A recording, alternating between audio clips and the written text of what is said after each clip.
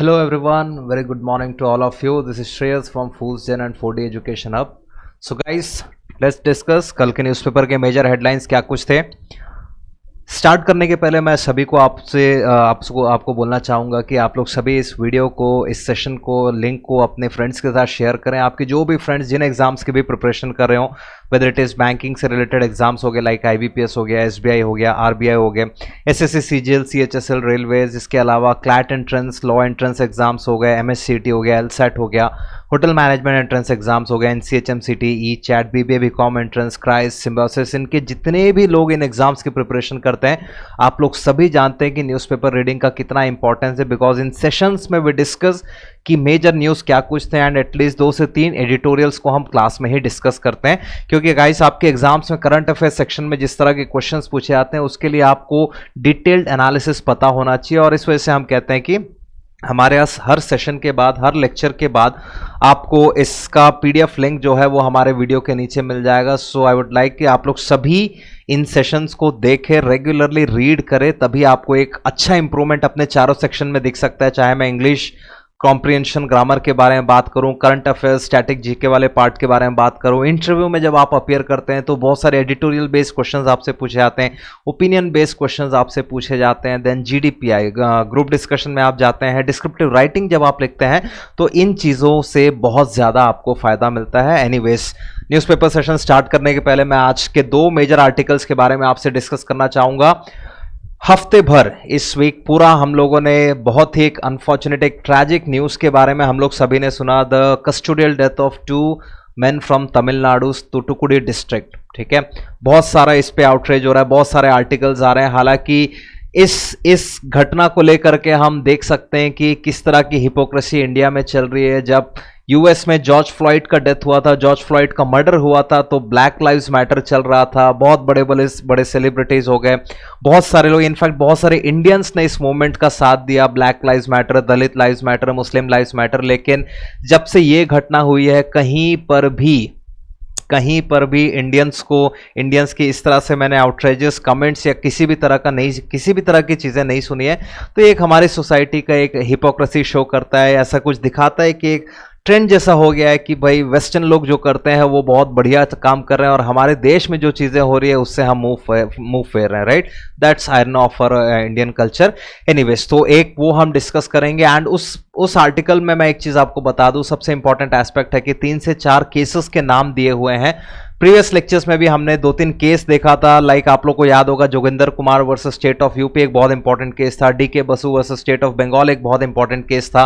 तो CLAT aspirants as well as SSC aspirants, इन cases को एक बार आप जरूर देखें इन लेक्चर्स में, इस आर्टिकल को हम डेफिनेटली डिस्कस करेंगे। इसके अलावा जो हमारा सेकंड आर्टिकल है that is related to the United Nation Security Council. UN security council में भारत को एक नॉन परमानेंट सीट मिला है, काफी समय बाद मिला है। UN सिक्योरिटी काउंसिल में भारत को एक नॉन परमानेंट सीट। अब इससे रिलेटेड क्वेश्चंस आपके एग्जाम में क्या पूछे जा सकते हैं, UNSC के परमानेंट मेंबर्स कौन कौन है, नॉन परमानेंट मेंबर्स कौन कौन है, कहां से, किस कॉन्टिनेंट से कितने मेंबर्स को चुना जाता है, अगर भारत को वो सीट मिली है तो भारत के लिए कौन से हमारे कॉन्टिनेंट के स्टेट ने, कौन से नेशन ने हमारे लिए वो सीट छोड़ा है, इंडिया को कौन रिप्रेजेंट कर रहा होगा। इस तरह के फैक्चुअल्स आपके एग्जाम में डेफिनेटली पूछे जा सकते हैं। ठीक है, so let's start with the headlines. Video को अपने फ्रेंड्स के साथ शेयर करें और लास्ट तक जरूर देखें, बिकॉज ये दोनों आर्टिकल्स बहुत इंपॉर्टेंट है आपके एग्जाम के पर्सपेक्टिव से। तो स्टार्ट करते हैं। First one, 3 policeman held in Tamil Nadu custodial death case, ये हम बाद में भी डिस्कस करेंगे इसको। Ministry of defence approves 33 new fighter jets in deals with 38,900 crores। ठीक है, रशिया से अच्छा खासा हम डील करने वाले हैं। Next, India loses jurisdiction over Italian marines case. आप लोग सभी को याद होगा, अगर कोई न्यूज़पेपर फॉलो कर रहा था, 2012 का केस था जब केरला के 2 फिशरमैन को इन इटालियन मरीनर्स ने शूट कर दिया था। राइट, बहुत समय तक इस पे चर्चा चली थी, बहस हुई थी। भारत कह रहा था ये हमारे नेशनल वाटर्स पे थे, इटली कह रहा था वो इंटरनेशनल वाटर्स पे थे। तो इस पर काफी लंबे समय तक इस पे चर्चा चली, इन पर केस चला। केरला जुरिस्डिक्शन ने कहा कि हम इनको यहाँ पे ट्राई करेंगे, फिर इटली ने उनको इम्यूनिटी प्रोवाइड किया। तो इस तरीके से फाइनली भारत अपना जुरिस्डिक्शन इन मैरीज पर खो चुका है। राइट, आगे बढ़ते हैं। Private trains will benefit travellers, railway board chief. बहुत हल्ला चल रहा है कि रेलवेज को एनडीए गवर्नमेंट प्राइवेटाइज करने वाली है। तो ये न्यूज़ एक इंपॉर्टेंट न्यूज़ हो सकता है, क्योंकि रिसेंटली आप लोगों ने सुना होगा इंडियन रेलवेज जो है around more than 150 private trains को इंडियन रेलवेज की जो कुछ भी इंफ्रास्ट्रक्चर है वहां पर रन करने के लिए मौका दिया जाएगा। हालांकि प्राइवेटाइजेशन किस तरह से होगा, क्या होगा, इसका भी हमको समझ में नहीं आ रहा है। बट इतनी सारी ट्रेन्स के चलने के साथ साथ इन प्राइवेट ट्रेन्स की जरूरत क्या है ये मुझे भी नहीं मालूम। एनीवेज आगे बढ़ते हैं। India trade deficit with China dips to $48 billion. ये एक बहुत ही डेंजरस न्यूज हो सकता है। तो आज के हेडलाइंस इतने ही थे, आगे चलते हैं। अब स्टार्ट करते हैं हमारा आज का article. So India's torture culture needs to end now. Only the people, including the bar, the media, civil society and student groups can rise up against torture practices. जैसे कि शुरू में मैंने बोला, hypocrisy persist, how hypocrisy persist in our society. Black lives लोगों को matter करता था क्योंकि बोलने में अच्छा लगता था, एक सिंबल, एक स्टेटस सिंबल लगता था, भाई हम ब्लैक्स के साथ हैं, हम दलित्स के साथ हैं, हम मुस्लिम्स के साथ हैं, हर लाइव्स मैटर करता था। लेकिन क्यों जब ये दो साउथ इंडियन, ये साउथ में जो तमिलनाडु में दो लोगों की मौत हुई, दो लोगों का मर्डर हुआ, तब इन लोगों को मैटर क्यों नहीं हो रहा है। ये एक्चुअली पूरा का पूरा पोल खोल करके रखता है कि हम किस तरह की सोसाइटी में रह रहे हैं, हम किस तरह के लॉ एनफोर्समेंट एजेंसीज के साथ रह रहे हैं, हमें किस तरह का लॉ दिया गया और क्यों आज तक इसके प्रति कभी भी कोई नया लॉ या कोई नई एनफोर्समेंट एजेंसीज नहीं आई। आज भी पुलिस ब्रुटैलिटीज की अगर बात करें तो इंडिया बहुत आगे है और ये जो प्रैक्टिस है ये हमारे लिए नया नहीं है, ये कॉलोनियल प्रैक्टिस है जो अभी भी परसिस्ट करता है देश में, राइट। सो ये जो आर्टिकल लिखने वाले पर्सन है मिस्टर अजित प्रकाश शाह, ये मद्रास हाई कोर्ट के चीफ जस्टिस रह चुके हैं। सो इनका कहना है कि जो दो लोगों का जो मर्डर हुआ था, the names are Mr Jayaraj and Mr Bennix, जिनके पुलिस की कस्टडी में डेथ हुई थी। और क्यों डेथ हुई थी, क्यों उन्हें पुलिस कस्टडी में लिया गया था, आप लोग सभी जानते हैं। ये पर्सन्स जो फादर हैं वो अपने बेटे के मोबाइल शॉप को ओपन करके रखा हुआ था, उन्होंने लॉकडाउन के नियम का उल्लंघन किया था, जिसके तहत जो मैक्सिमम जो इंप्रिजनमेंट बनता है वो 3 मंथ्स का इंप्रिजनमेंट है, राइट। ये होता है मैक्सिमम। और ये एक ऐसा केस है जिसमें डेथ बिल्कुल अनअवॉइडेबल था, लेकिन उन लोगों का पुलिस के साथ एक ऑल्टरकेशन हुआ। ये वर्ड को आप लोग याद ध्यान रखें, ऑल्टरकेशन का मतलब डिसएग्रीमेंट या झगड़ा होना, राइट। एक ऑल्टरकेशन हुआ जिसके बाद पुलिस ने दोनों को अरेस्ट किया और साथ ही साथ तुरंत ही पुलिस वालों को रिमांड भी मिल गया। एक सिटिंग जज ने दिया, उन लोगों के लिए रिमांड इशू किया without even seeing those people. उन लोगों को देखे बिना उस जज ने उनको रिमांड पे भेजा एंड फाइनली कस्टोडियल डेथ वो दोनों पर्सन्स की कस्टडी में, पुलिस कस्टडी में, जो कि बहुत ही ब्रूटैलिटी के फिगर सामने अगर पोस्टमार्टम रिपोर्ट्स वगैरह देखें तो उनके साथ बहुत ज्यादा ब्रूटैलिटी हुई है, ये बताया जा रहा है। तो सो दिस इंसिडेंस दिखाता है कि हम कितने dark law system, dark legal system में आज भी रह रहे हैं, ठीक है। तो आगे जो आर्टिकल है ये हमको पूरा कुछ डेफिनेशन बताएगा कि इस तरह से ह्यूमन राइट्स का वायलेशन कितना ज्यादा होता है और इंडिया का जो पुलिसिंग सिस्टम है उसमें किस तरह के रिफॉर्म्स चाहिए। कितने बार सुप्रीम कोर्ट ने अरेस्ट के लिए गाइडलाइंस मेंशन किया, लेकिन स्टिल अगर जो लोग पावर में बैठे हुए हैं, इनफैक्ट हम यूपीए गवर्नमेंट की बात करते हैं तो यूपीए गवर्नमेंट ने ऐसा कोई भी लॉ नहीं बनाया जो इस तरह के ह्यूमन राइट्स वायलेशन के अगेंस्ट काम करें, ठीक है। 2010 में लोगों ने कोशिश किया था लेकिन ऐसा कोई भी लॉ वहां से पास नहीं हुआ। 2010 में 97 में इंडिया ने यूएन कैट को साइन किया। यूएन कैट का फुल फॉर्म है United Nations convention against torture, लेकिन हमने उसको अभी तक रेटिफाई नहीं किया, राइट। 2010 में एक वीक गवर्नमेंट थी, लेकिन 2016 में एक strong government with good numbers के आने के बाद भी उन लोगों ने भी किसी भी तरह का इसके लिए लॉ एनफोर्समेंट का काम नहीं किया। दैट मीन्स इनफैक्ट ये दोनों तो चलिए पॉलिटिकल पार्टीज हैं, अगर हम सुप्रीम कोर्ट या हमारे जुडिशियल एपेक्स जुडिशियल सिस्टम के बारे में बात करें तो सुप्रीम कोर्ट ने भी आज तक ऐसा कोई भी लीगल प्रोविजन नहीं बनाया जिसमें इस तरह के केसेस को, इस तरह के क्राइम्स को रोका जा सकता है, राइट। अब इसमें एक बहुत बेहतरीन हिपोक्रेसी निकल करके सामने आती है। आपको एक इंसिडेंस यहां पे रीड करने को मिलेगा। 2017 में इंडिया के उस समय के अटॉर्नी जनरल जब यूएन के सामने, United Nations human rights council UNHRC के सामने अपना रिपोर्ट प्रेजेंट कर रहे थे, तो वहां पर उन्होंने अपनी ओपनिंग स्टेटमेंट में बोला था कि India is the land of Gandhi and Buddha. तो नॉन वायलेंस या non violence, upholding human dignity, peace जो है ये हमारे कल्चर में इनकलकेटेड है। हम इसी तरीके से अपनी लाइफ जीते हैं, इसी तरह का हमारा लीगल प्रोविजंस होता है। तो ये चीजें दिखाती है कि हम इंटरनेशनल लेवल पे कितना अलग अपने आप को प्रोजेक्ट करते हैं और एक्चुअली अगर ग्राउंड लेवल के बारे में बात करें तो हम कितने अलग हैं, राइट। तो इस आर्टिकल आप लोग जरूर रीड करेगा। फिर मैं थोड़े से बेसिक्स में जाता हूं। मिस्टर अजित प्रकाश कहते हैं यहां पे, तमिलनाडु पुलिस की जो ब्रुटैलिटी, जो नोटोरिटी है, वो नई नहीं है। बहुत पहले के टाइम से जब वो वहां के सिटिंग जज हुआ करते थे तब ऐसे बहुत सारे केसेस आए थे जो टॉर्चरस केसेस थे, ब्रुटैलिटी के केसेस थे। हालांकि ये मिस्टर प्रकाश कहते हैं कि ये सिर्फ तमिलनाडु के अकेले का किस्सा नहीं है। भारत में बहुत सारे जगहों पे, बहुत सारे पुलिसिंग कल्चर में ये चीजें बिल्कुल इनकलकेटेड है, ये चीजें बिल्कुल परमानेंट है, इस पे किसी भी तरह का नया कुछ भी नहीं आया है। एंड सेकंड थिंग ये कहते हैं कि हमारा जो आज के डेट में लॉ के जो प्रोविजंस हैं वही इसको फैसिलिटेट करता है, वही सपोर्ट करता है कि इस तरह की ब्रुटैलिटी सही है, इसमें कोई भी गलती नहीं है। और साथ ही साथ यहां पर एक और बहुत बड़ा ड्रॉबैक आता है कि हमारी जो पुलिसिंग सिस्टम है उसे हम अपग्रेड नहीं कर पाए।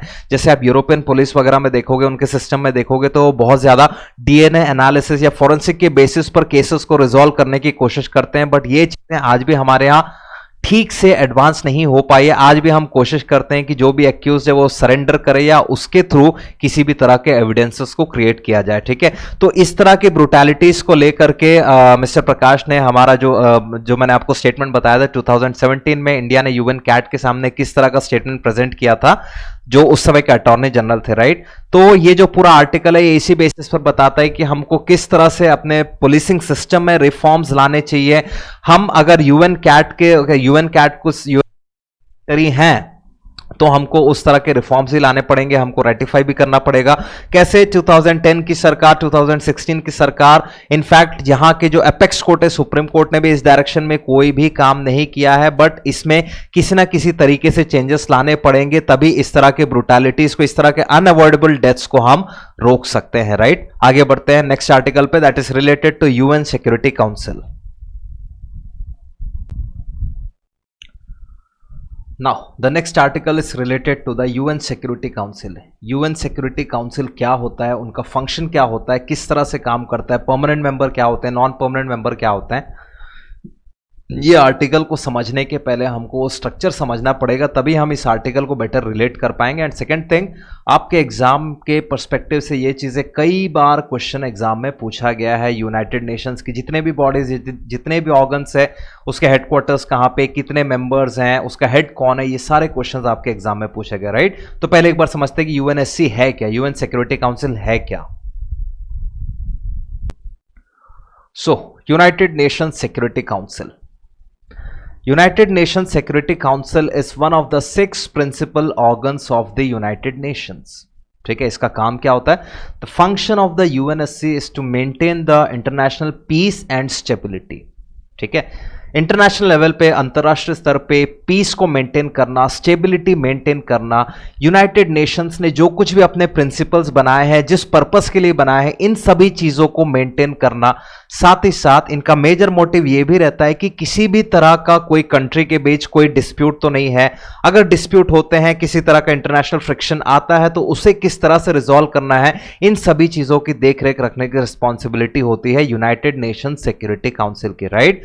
Second point is, United Nation Security council में 15 मेंबर्स होते हैं, जिसमें 5 परमानेंट मेंबर्स होते हैं और रिमेनिंग 10 नॉन परमानेंट मेंबर्स होते हैं, जो हर 2 साल में बदलते जाते हैं। ठीक है, ये 5 परमानेंट मेंबर्स की जो लिस्ट है, ये हमको याद रखना बहुत जरूरी है, क्योंकि इसमें से कई बार क्वेश्चन पूछा जाता है इनमें से कोई परमानेंट मेंबर है या नहीं है। सो इन्हें P5 कहते हैं, 5 परमानेंट मेंबर्स, राइट। और ये 5 में आते हैं USA, UK, France, Russia and PRC, people's republic of China. ठीक है, नेक्स्ट पॉइंट इज, ये कॉन्सेप्ट आया कहां से था, नॉन परमानेंट मेंबर्स कहां से आते हैं। सो एक बार रीड करते हैं। According to the rules of procedure, General Assembly elects 5 non-permanent members of the Security Council each year. 1963 में 1963 में ये एक कॉमन एक पॉइंट बनाया गया था कि हम इस तरह से नॉन परमानेंट मेंबर्स को या इन एरिया से, इन कॉन्टिनेंट से नॉन परमानेंट मेंबर्स को सेलेक्ट करेंगे, जिसमें number 1 5 from African and Asian states, 5 members African और एशियन स्टेट से आएंगे। एक मेंबर आएगा ईस्टर्न यूरोपियन स्टेट से। ईस्टर्न यूरोपियन मतलब यूरोप के ईस्ट में जैसे क्रोएशिया जैसे जो कंट्रीज हैं वहां से एक मेंबर आएगा। Second 2 from Latin American states, south America का जो रीजन है वहां से 2 स्टेट्स आएंगे। 2 from western European states and others, right. Western European मतलब हम जैसे बोलते हैं ब्राजील से एक वेस्टर्न यूरोपियन स्टेट है, तो इस तरह के स्टेट से ये एक पूरा का पूरा कंपोजिशन बनाएगा जहां से नॉन परमानेंट मेंबर्स को इलेक्ट किया जाएगा, ठीक है। Next point is rules of procedure कहता है कि a retiring member of UN security council is not eligible for immediate re-election, दोबारा आप उसके री-इलेक्शन के लिए खड़े नहीं हो सकते।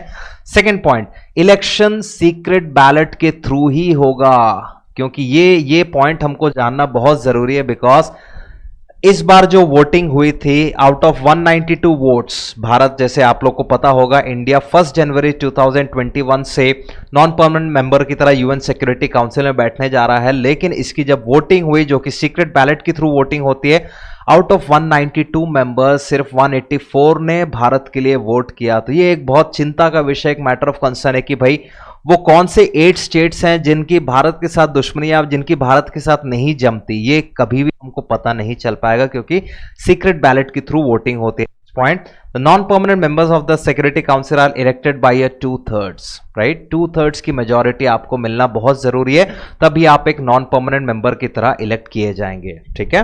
अब आते हैं आर्टिकल पे। In an uncertain world, a seat at the global high table, यह आर्टिकल लिखा है मिस्टर श्रीनिवासन ने, जो भारत के एम्बेसडर रह चुके कई सारे UN missions to the New York, Austria, Vienna, right. तो पॉइंट जो मिस्टर श्रीनिवासन जी कहते हैं that counter terrorism will one of India's highest priorities as a non permanent member of the UN security council. UN security council में एक non permanent member की तरह India post या position attend करेगा from 1 January 2021, जिसमें एक बहुत कुछ ऑर्डर चेंज हो चुका होगा। कोविड-19 बहुत हद तक सबसाइड हो चुका होगा, ऐसा हम मान के चलते हैं। सेकेंड थिंग, एक यूएस प्रेसिडेंट इलेक्ट होकर के आ चुका होगा। एंड थर्ड थिंग, एक अलग ही तरह का एक वर्ल्ड ऑर्डर उस समय पहुंच चुका होगा, ठीक है। तो यहां पर ये मिस्टर श्रीनिवासन जी कहते हैं कि India is serving for 8th time as a non permanent member, ठीक है। 8th टाइम, ये पॉइंट को प्लीज ध्यान में रखेगा। भारत 8वें बार एक नॉन परमानेंट मेंबर की तरह इस सीट में बैठ रहा होगा, और इंडिया का एक इस तरह का इमेज, एक रेपुटेशन है कि इंडिया बहुत ही बैलेंस्ड पोजीशन इस इंटरनेशनल टेबल पे, इस ग्लोबल हाई टेबल पे मेंटेन करता है, right. All about the contest. Next इस आर्टिकल में मिस्टर श्रीनिवासन जी कॉन्टेस्ट के बारे में बताते हैं कि कोई भी पर्सन या कोई भी स्टेट जब उठ करके आता है तो सबसे पहली बात, पिछला कोई स्टेट अपनी मर्जी से पीछे हटता है तब इनको आगे आने को मिलता है। जैसे लास्ट ईयर कजाकिस्तान ने हमको हेल्प करी थी इस सीट पे आने के लिए। इस साल की अगर बात करें तो अफगानिस्तान ने हमारे लिए ये सीट छोड़ करके दिया। थर्ड पॉइंट, कोई भी स्टेट जब इलेक्ट होकर के आता है तो 2/3 की मेजॉरिटी चाहिए ही होती है, राइट। लेकिन इस प्लेटफॉर्म में 2/3 की मेजॉरिटी से ज्यादा मायने जो रखने वाली बात है वो है कि आपको पूरा का पूरा वोट मिल रहा है कि नहीं। जैसे कि मैंने पिछले स्लाइड में आपको बताया था कि आउट ऑफ 192 भारत को 184 वोट्स मिले, तो एक बहुत बड़ा मैटर ऑफ कंसर्न है कि कौन से 8 स्टेट्स हैं जिनके साथ हमारी अच्छी नहीं बनती या we have grievance towards each other, right. Next point यहां पर आगे आर्टिकल में बताया जा रहा है, जो कह रहे हैं कि इंडिया को यूएन सिक्योरिटी काउंसिल में सबसे पहली बात आते ही काउंटर टेररिज्म को लेकर के बात रखनी चाहिए ग्लोबल लेवल पे, right. Next point is permanent members जो हैं, जो 5 परमानेंट मेंबर्स हैं वो बहुत ज्यादा रिजिड होते हैं। ये एक अच्छा मौका हो सकता है भारत के लिए कि भारत भी अपने परमानेंट मेंबर होने की बात रखें एक ग्लोबल टेबल पे, लेकिन ये होना बहुत मुश्किल है, ना के बराबर है, क्योंकि ये जो 5 मेंबर्स है, ये P5 है, ये नहीं चाहेंगे कि वो अपना वीटो पावर किसी के साथ भी शेयर करें, ठीक है। एनीवेज, इस काउंसिल में चेंजेस लाने के लिए, इसको एक्सपैंड करने के लिए भारत अपनी बात रख सकता है, बट इस पॉइंट की बिल्कुल भी गारंटी नहीं है। लेकिन हाँ, नॉन परमानेंट मेंबर्स के पास एक फायदा जरूर होता है कि अगर किसी रेजोल्यूशन को रोकना है तो वो अपनी वीटो पावर यूज कर सकते हैं, अगर वो एक साथ यूज कर रहे हैं तो। लेकिन परमानेंट मेंबर्स जो है किसी भी रेजोल्यूशन को तुरंत रोक सकते हैं अगर उनके पास उन्होंने अपना वीटो पावर यूज किया। साथ ही साथ 9 वोट्स अगर उनको मिलते हैं तो वो इस रेजोल्यूशन को बिल्कुल कैंसिल कर सकते हैं, राइट।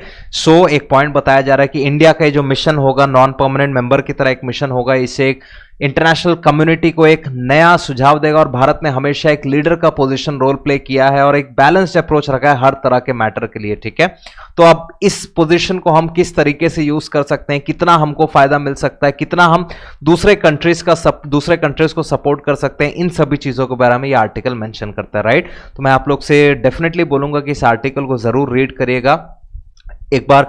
इस आर्टिकल के जो कुछ ये पॉइंट्स है, जो मेजर फैक्चुअल्स दिए हुए हैं, उसे जरूर अपने पास नोट करके रखिएगा, ठीक है। So that's all for today's session. Thank you, bye bye.